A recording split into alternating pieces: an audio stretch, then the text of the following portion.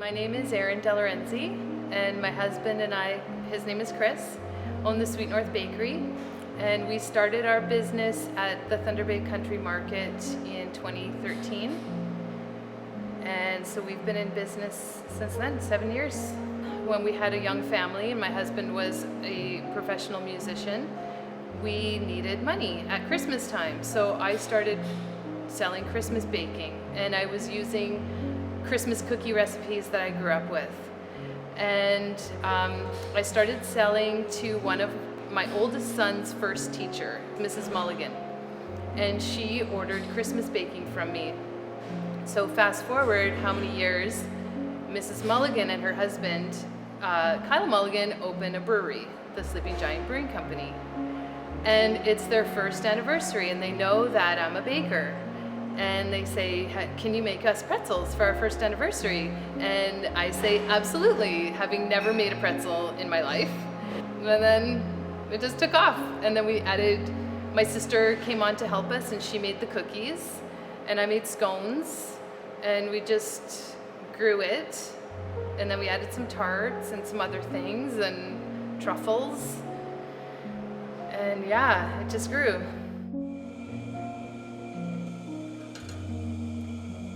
COVID has affected definitely the amount of people that are working, affected how we deliver our products. So no more lunch crowd filling up and dining in. Everything is to go. So that changed, because we were like from this bustling lunch stop, drop in for a drink and a cookie and on your way to work or whatever. And the whole rhythm of the business has changed. The whole vibe of it has changed. We have felt the support of our community, 100%. They've been there for us in ways that are very different. So a lot of people will reach out and say thank you for being open. It seems like almost everybody that comes in here thanks us. Thank you for being open, we appreciate you, you're doing a great job. Like lots of words of encouragement, which, man, they keep us going. They go a long way. My hope is that we can continue to make meat and baking and coffee and make people smile, and however that plays out is fine with me. We're just gonna keep doing what we do and do our best to keep people safe, to keep our staff safe, to keep the public safe.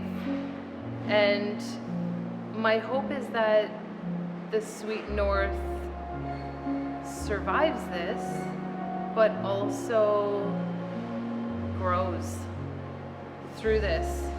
And I don't mean just, in business sense. I mean it grows in our connection to our community, grows in our approach to business and our motivations for business. So I guess my hope is that I get to keep baking because I love it. And my hope is that Chris gets to keep making bread and making meat, and that Thunder Bay just keeps buying it and supporting us and coming along the journey with us.